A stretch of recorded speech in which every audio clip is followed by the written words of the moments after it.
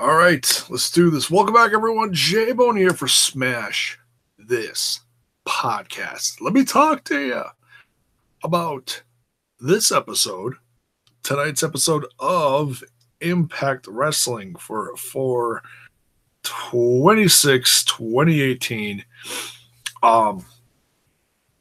Solid episode. And left some significant question marks. We've got some new rivalries going. All around good episode. Let's talk about a few different things here. Loved the beginning. Thought the beginning was absolutely hysterical. Austin Aries talking to the crowd, trying to, or not crowd, but the roster, and talking to them like, you know, he lost his championship, telling everybody not to worry, trying to keep the positive mental attitude up.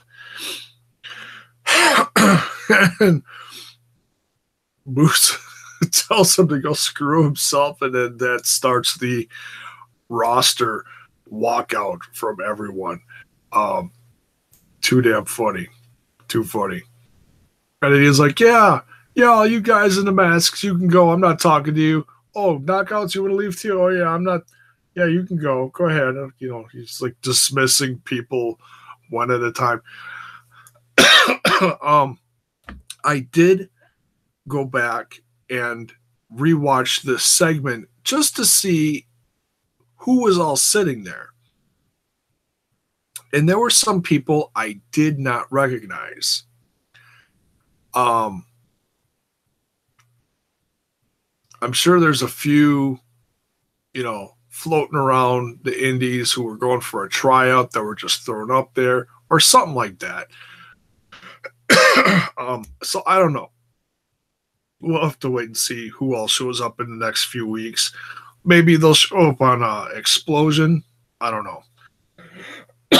Oh, excuse me. My goodness. It's late. I'm going to wrap this up soon. We'll make this short and sweet.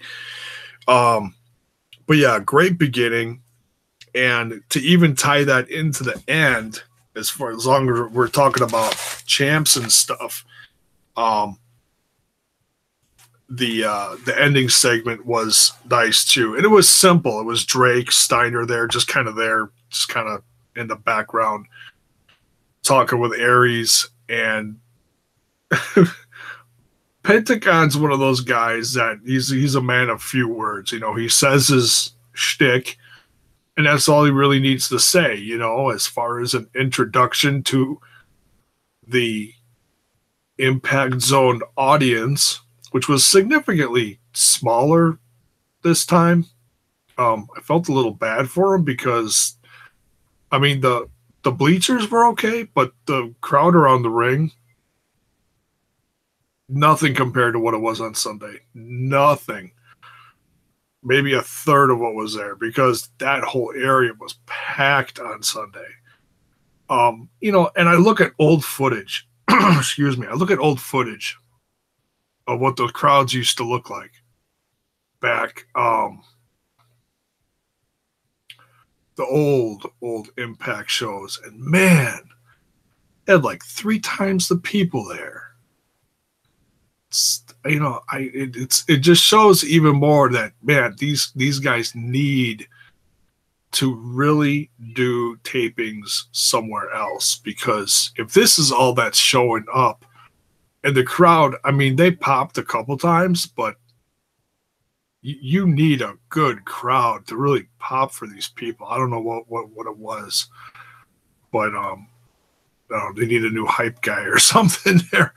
I felt kind of bad for them. Just they had like a few kids cheering Austin Aries' name. It was like, it's interesting. But anyways,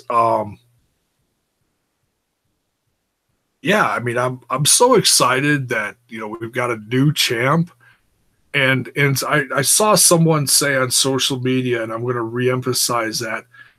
And how awesome is it that we have a champ that's not affiliated like one bit with the WWE? Because I mean, sometimes it's a positive thing. Like, Aries being champ is not a negative thing. Yes, he's a former WWE guy, but he pretty much had a cup of coffee there compared to the rest of his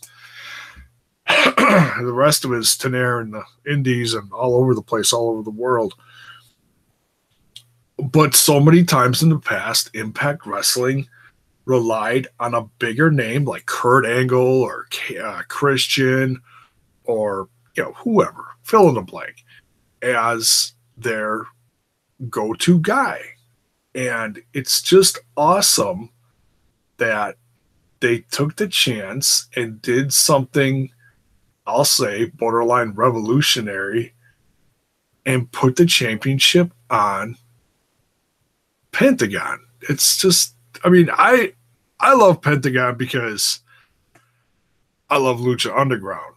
So to see them really pull the trigger and do this, it's refreshing. And I'm sure there are some fans out there, and I wouldn't be surprised if, because I saw some reacting on one of my last videos. And it honestly is the first negative thing that I've seen about all the new influx of Lucha Libre guys from AAA or Lucha Underground in Impact. And, it's hey, I get it. It's not everyone's cup of tea. I get it. And I'm not going to knock them. If you're not into Lucha Underground, some people aren't. Some people don't get the rich Lucha Libre content that's south of the border or out west or, wherever it's really getting everywhere. It's not just south of the border anymore. It's everywhere now. If you looked at where the Lucha Brothers, aka Phoenix and Pentagon, are all getting booked like all over the nation over the course of the last 2 years because of Lucha Underground and the growth of it. And then guys like King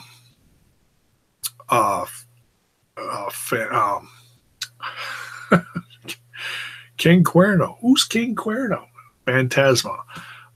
From another guy from AAA who's been doing a stint now in Impact Wrestling, known out west and down south. And it's just so good to see something. It's something fresh. It's not, oh, who's the newest ex-WWE guy to jump ship and come to Impact? I mean, that's how it was for how many years?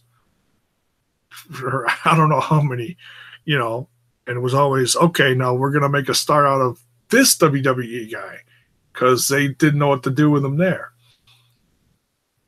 And it's just great to see, But I get that some people don't dig it. I get it, and I'm not going to hate on them. If you don't dig it, you don't dig it. If you're more hardcore to the rest of the crew as opposed to the influx of the new, it just helps beef up the roster, because the company's still growing, because they're one fan at a time. It's like they said in the intro. One fan at a time. I want to talk about Josh Matthews and his sidekick for this edition of Impact Wrestling. They must have gotten a crazy amount of positive feedback from Redemption, and they're going with Don Callis. Now, I don't know how often they're going to do this, but I dig it. Callis is great. And I don't watch a lot of New Japan, but I know he's with Kelly in New Japan too. So, and the more I watch tonight, it sounds like he's got history with TNA too. Now, it was probably back in a time when I wasn't watching as much, but nonetheless, made a reference to Eric Watts. Anyways, I did look that up. I found an old Eric Watts TNA match, and there was some dude running around ringside, but he didn't stop in front of the camera long enough to get a good look at him. That might have been Cyrus. I don't know. Not a big deal. But anyways, but nonetheless, the combo of Don Callis and Josh Matthews worked. So right there, huge compliment. They're keeping it going, so I dig it. Are they going to keep Don Callis out there? I don't know. I mean, he's a color guy, but he's also a guy like Matt Stryker that can throw history out there, you know, points of interest, you know. It works. So I hope they keep it. And that's not the knock Sanjay Dutt. He did a great job, and he flew solo for the times that Josh Matthews had to be out there and do his thing. And I don't know if he's just working on coming back to the ring harder so he's not around for these tapings. I don't know. We'll see. But nonetheless, yeah, Don Callis is great. Keep it up. Great match between Brian Cage and Trevor Lee. Man, Brian Cage is still unfreaking defeated. How long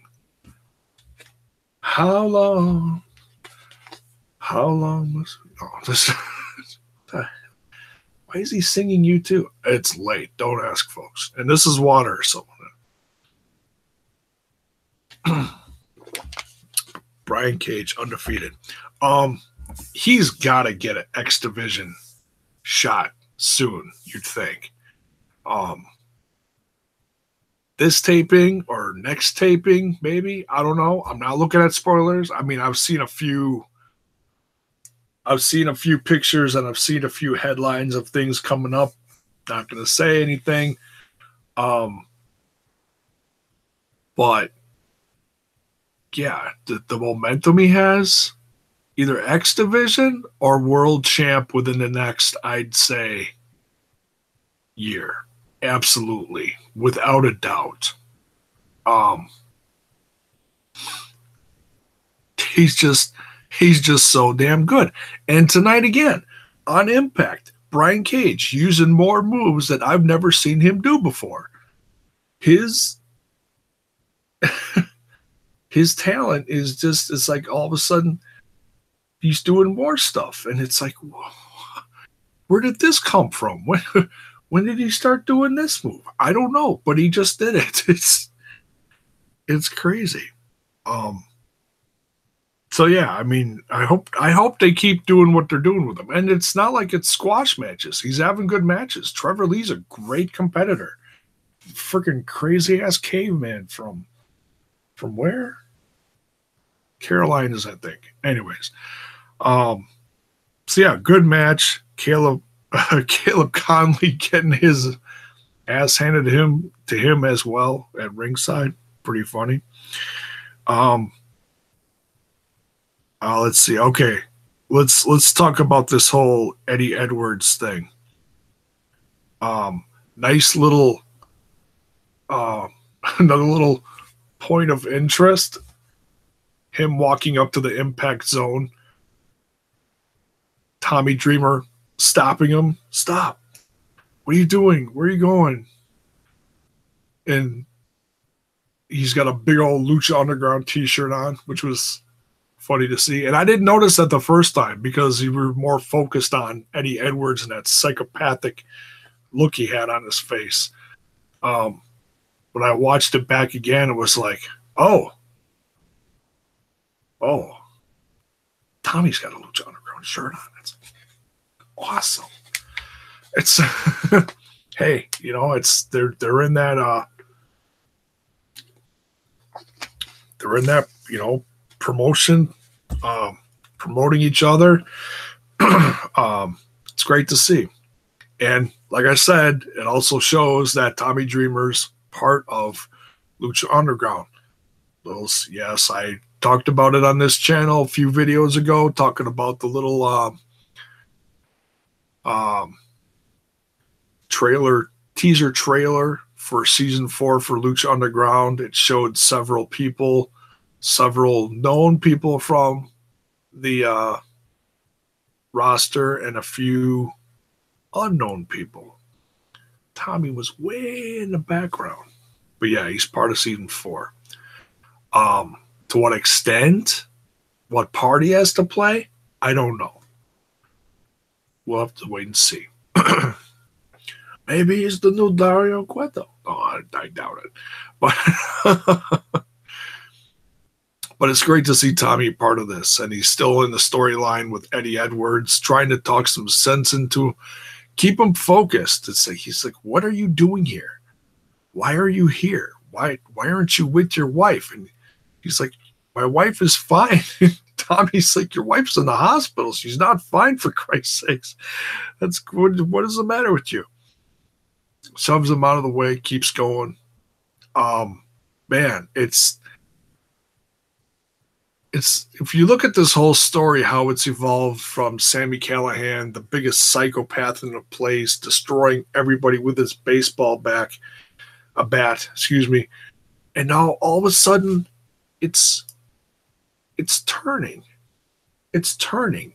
Eddie Edwards is now like the craziest one in the room. And everyone's staring at him like he's got shoes. Lots of shoes.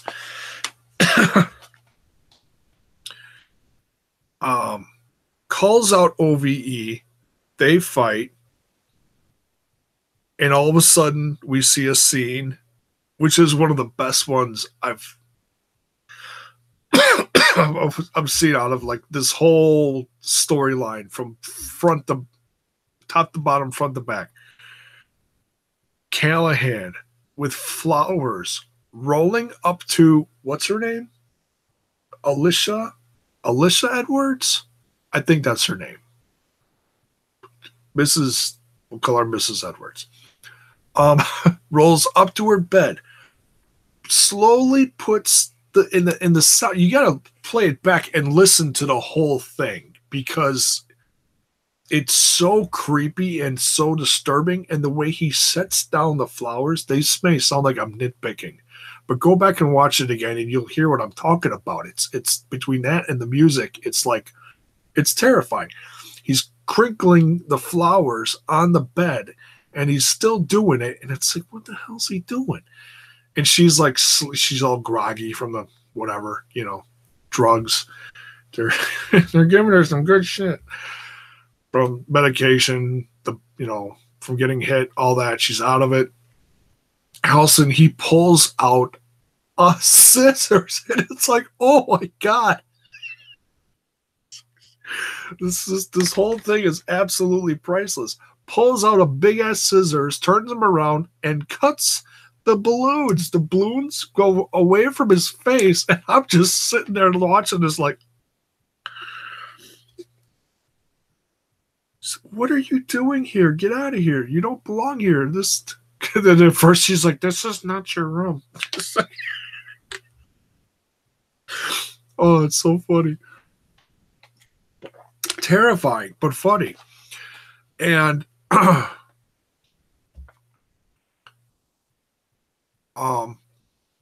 and then the zoom up on Callihan, and he's like, I just want to talk. And then cut. It was and then the next thing we see, Eddie Edwards, flying up the ramp. Who I should do a Twitter poll. I should do a Twitter poll. Or you guys can leave your comments in the live chat down below if you're watching this after the fact. Who ran faster up that ramp? John Cena at WrestleMania or Eddie Edwards? I want to hear your response. Put a GIF like side by side. Who ran quicker? I'm getting old. I know it doesn't get better than this. It's late at night. I'm tired. The jokes are all downhill. It's horrible. I know. Just bear with me. Bear with me. And he gets to the hospital. I know I'm jumping around here. He gets to the hospital, takes out the nurse, the male nurses, doctors, whatever, knocks them down, looks through the paperwork, throws that down. I don't know what he's going to find in the paperwork, but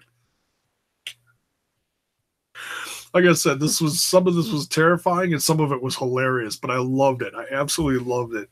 The fact that Eddie Edwards is like so like gone now. We've never seen him like this. I think that's why it's so crazy awesome. Usually he's like serious, he's quiet, he doesn't talk a lot, he doesn't do a lot of promos, he's pretty much straight to the point, kind of like Roman Reigns, only white. Wait, isn't Roman Reigns? He's not really white, he's Samoan. And what is he? Never mind. Anyways,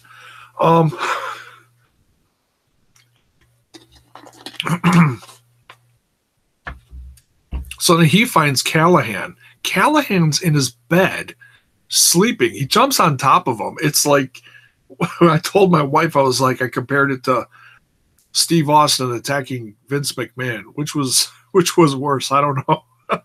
He didn't hit Sami Callihan with a bedpan. That's the one thing he did not do. Because if he did that, that's it. I would have pissed myself laughing. That'd have been it.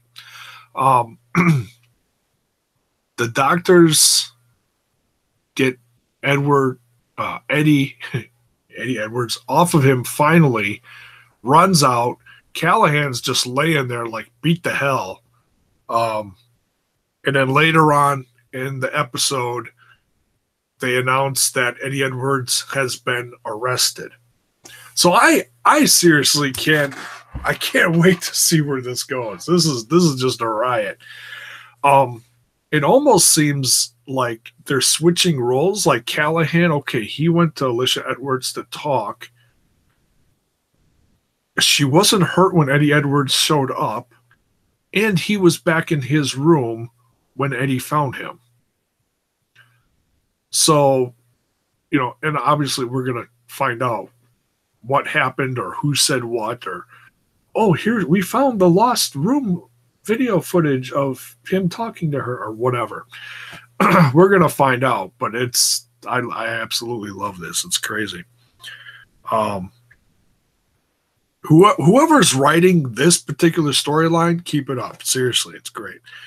Let's see. We get a flashback in there. Steiner's versus Dudley's. That was fun.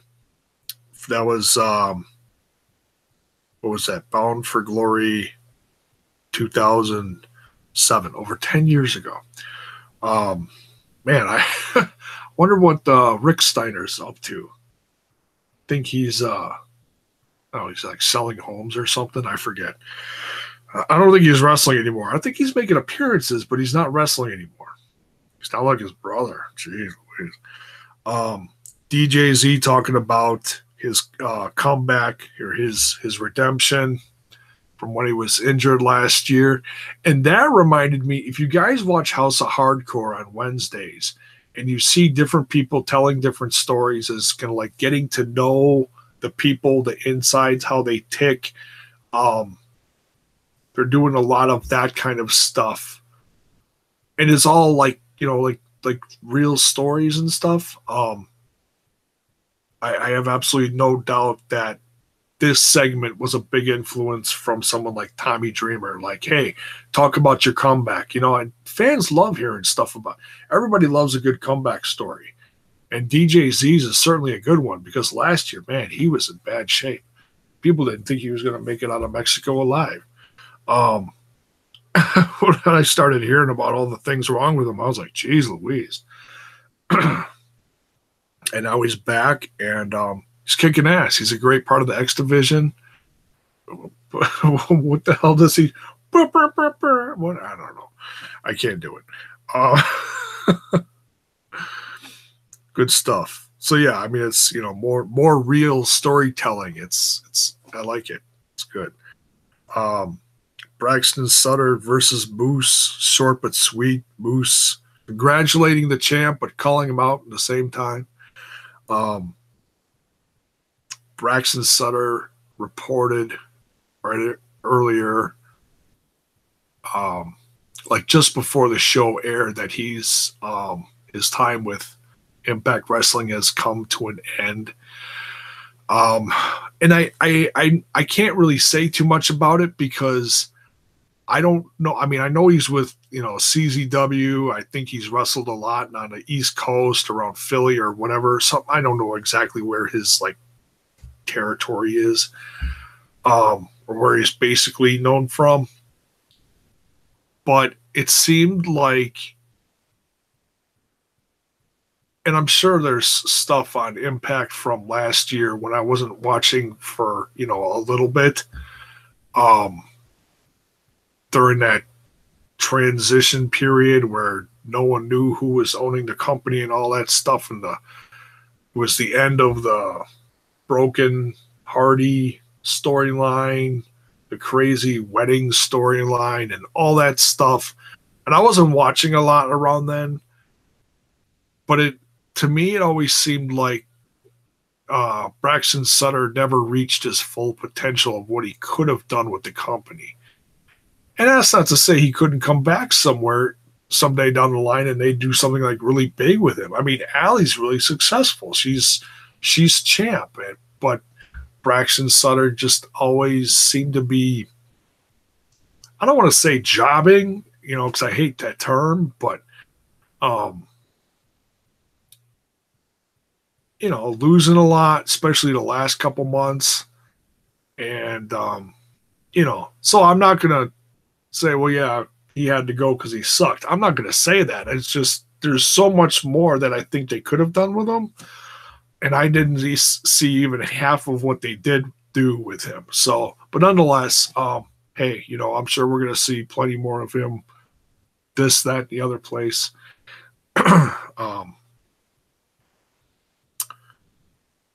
Sure, he'll be on a couple more episodes here and there before he goes. Oh, let's see. Okay, Matt Sidell interview, and then someone's yelling in the background. Camera goes around the corner, and someone's laying on the ground with a big red card on his chest with a big black X on it. Don't know what that's about. I've heard a couple fan theories. I mean, I automatically don't have a first clue. So I'm looking at, I looked it up on Twitter, the video that when Impact put up the replay of the guy laying there. I'm looking in the comments, and then I even looked up the one on YouTube just to see what people are saying about it, because I don't know. One theory I saw, which I thought was awesome, was kill shot, because it kind of looks like crosshairs, depending on how you're holding the card, I guess. It could be like a cross or an X, or I don't know. But yeah, kill shot, if they bring in kill shot from Lucha Underground, was great seeing him there for the crossover event at WrestleCon. That was great. Swerve is all over the place. He's Strickland. He's champ. He's got championships from a couple different places. I can't remember where. Is it the MLW? I think that's that new show that just got TV. I think he's champ there. Don't quote me on that. So that's my first thought as far as who it could be. And then someone said PCO. And the conversation went something like, who's PCO? Oh, Pierre Carl Oulet. And I'm like, who? And I look it up, and it's like, oh, okay, I've seen him do a lot of interviews lately. He just had a big match with someone. Oh, he just wrestled Walter at WrestleCon. I want to say Joey Janela's show, and that was actually one of the more successful shows at WrestleCon. There was like 3,000, 4,000 people there. That's pretty good for an indie show at WrestleCon.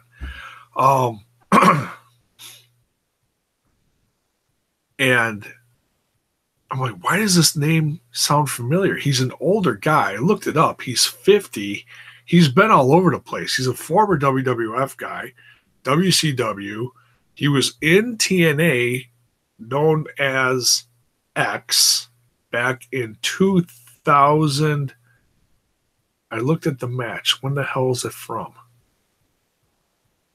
2003? Like way in the beginning of Impact, TNA. And wow, can this guy move? I mean, looking at the old footage, he kind of reminded me of what Brian Cage is doing now. Like he's a strong guy, but he's all over the place, you know? And what he's doing now, I saw a little bit of it. I saw, what is a video that's gone viral on Twitter? Him doing moonsault or something. It's like, dude, this dude is 50. And then I was thinking more. I'm like, man, Goldberg just turned 50 for crying out loud. Now, love him or hate him, still going in the ring and having the build like that, that's impressive. That's impressive. I just turned 44 the other day, and I probably weigh close to what he weighs, except it's all fat, folks. I hide it well because you only see me from, this up, this down. No, you don't want to see that. But this dude, PCO, he's jacked. So I don't know that he could be X if they're bringing back his X gimmick. I don't know if they're going to put a luchador mask on him like he did before. I don't know.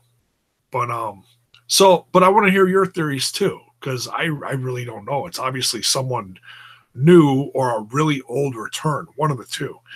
I want to hear your theories. And I don't want to hear spoilers. It's like, oh yeah, well, this guy showed up in the tapings, it's him. I don't want to hear that, all right? Just if you think tell me. But obviously, I think it's going to be someone tied to the X division. Another theory. Great match, Knockouts Championship between Allie and Taya. They faced each other before. Had no doubt that Allie was going to win. She is a tough little cookie, let me tell you. But props to Taya too. Taya did great.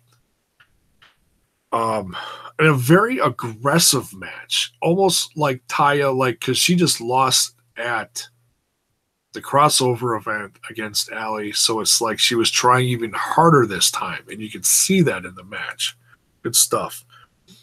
Allie winning with a super kick combo code breaker. I see a lot of people online. Well, not a lot. I see a few online. I shouldn't say a lot. There's a few people out there that say they don't get Allie. And you know what? All I can tell you is just keep watching, because I was that same way several months ago. I looked at Allie and I'm like, really? I don't get it. To me, it was like a mousy Bailey version, or version of Bailey, excuse me. Talk well, I cannot. Like Yoda on crack. Dear God, what time is it? It's time to go to bed. Yeah, I didn't get it either. But the more I really watched her, and watched her do her in-ring work, and it gets better and better. I mean, and like I said, this is the only place I'm watching her. I haven't seen her. I know she's worked all over the indies as well with her hubby. And I haven't seen those. So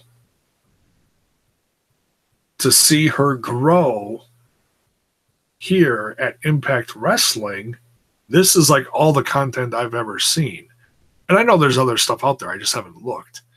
But yeah, I'm sold on her. Is she one of my favorites? No, but she is a damn good performer, and I will say that. You know, I will back that up. So she beats Taya. Sooyoung shows up with, well, I should say, the undead, what is it? The undead bridesmaids show up with the coffin. Badass. Fog. Lights are dim. Really cool. Kind of like an Undertaker vibe. You know, oh, they ripped off the Taker. Shut up. Sooyoung is badass, okay? And I've said that number of times on here. Scares the shit out of me. She seriously does. Oh my God. Lights go out. By the way, Impact, you need to like start paying your electric bill. You got problems with the lights going out throughout this whole segment here. It's crazy. Cue horrible laughter. Lights go out. Sooyoung shows up. She starts messing with Allie and looking like she's going to drag her to the casket. Lights go out again. Rosemary's there. Face off, two like just really disturbing women, disturbed women staring each other down. Lights go out again. Pay your bills. Sooyoung disappears. So then it's announced next week we're getting Rosemary versus Sooyoung. And I think a lot of people have said that since the inception of Sooyoung in the Impact Zone several weeks ago. Can't wait till Rosemary and her face off. Yeah, there's just like a undead vibe. Like, you know, the undead bride versus the, what do you call Rosemary? The hiveling queen, the queen of the hive, whatever. Kick ass. Can't wait for that next week. And the promo pic for that they put up online, man, whoever's, like I said, and I've said this before, and I'll say it again, whoever's doing like the artwork, promo work, like when they, you know, do the pics they put up on Twitter and Facebook and whatever, kick ass stuff. Eddie Edwards, we talked about that, and what else? And we get the tag match, and then I talked about the promo after that. But the tag match, LAX trying to get their championships back, the tag team championships back from Eli Drake and Scott Steiner. And I had no doubt that Drake and Steiner were going to retain, but it was very interesting. And I said this a couple times in the past, that Conan is always the mouthpiece for Santana and Ortiz, which is fine. But I've also noted before, I was like, well, I would love to see them not necessarily step away from Conan, but just given the chance to cut more promos or talk more, you know. They're given that opportunity today and at Redemption, which is really great to see them grow as characters. And I'll tell you what's interesting. Usually they're pretty calm, cool. They got the, you know, charisma, the LAX hype, you know, to, you know, get the job done. But man, between Redemption without Conan and tonight, those two are unraveling bad. Those two are usually so, I mean, their teamwork together is spot on. Some of the best stuff I've seen in Impact in a long time as far as tag teams working together. Some tag teams you don't see it. These guys, you see it. And between Redemption and tonight, man, they're just all over the place. It just, they really need, well, it's not necessarily that they need Conan.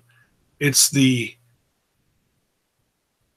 their head isn't in the game, because something's going on with Conan. He's not there, and they're freaking out about it, so they're not focused. So that was really interesting to see them unravel, excuse me, between Redemption and tonight, just losing it and almost fighting each other in the back, or the clubhouse. So really good episode. I mean, this carrying the storylines over, fallout from Redemption, the Eddie Edwards stuff, absolute flipping gold. Good tag team stuff. It's going to be interesting to see where this goes with Conan and what's up with him and who's king. I know who's king, but I'm not going to spoil it. But how he's involved in all this with LAX and what happened to Conan is going to be really interesting. I had a theory before Redemption what it was. I don't think I'm right. I don't think I'm right at all. Because I haven't seen any of this. Like, I haven't seen anything online. I haven't heard anything, and I've been really following that. I was waiting for Mad to show up, if you don't know what I'm talking about. Teddy Hart, Cross, and or Juventud Guerrera. That would have been sweet. Still could happen. Conan runs it. Just don't know if you're going to see it in Impact. So, good stuff with the knockouts. There's going to be a ton more new knockouts showing up. Can't wait to see Tessa Blanchard show up in another week or two as far as like real in-ring stuff. So yeah, just all over the place. Good stuff. I mean, top to bottom. I didn't really see any flaws with this episode. So yeah, now I want to hear your comments too. What did you like from the episode? What you didn't like from the episode? Let me know. Leave it in the comments below. Thanks for watching. By all means, there's plenty more content where that came from. Go check it out on this channel. And while you're at it, hit that like button and sub the channel. We just hit 444 over the weekend. Tremendous. Great to see. From got some nice attention from the Redemption review. Go check that out if you haven't watched it. So yeah, and I am going to be watching some of the Greatest Royal Rumble in the morning. If I get up in time for it. It's pretty late right now. But I'm not going to be doing any reviews or anything for it probably till late Sunday night when I have a chance to really watch all of it, because I'm going to be watching it in parts between tomorrow morning and Saturday and then Sunday. So probably do something then. I am excited about it, though. It should be a fun show. It's going to be hard to, stay off of social media, stay away from spoilers and stuff, because, like I said, I'm not going to watch all of it. I got to pick up my kids tomorrow. So, I'm going to miss part of the afternoon section of it. So, but nonetheless, I will see you guys on Sunday. If you want to hear my thoughts on the greatest Royal Rumble, tune in for that. Sometime post dinner. I don't know. But hey, thanks for watching so late. Much love. Appreciate it. You guys have a great weekend.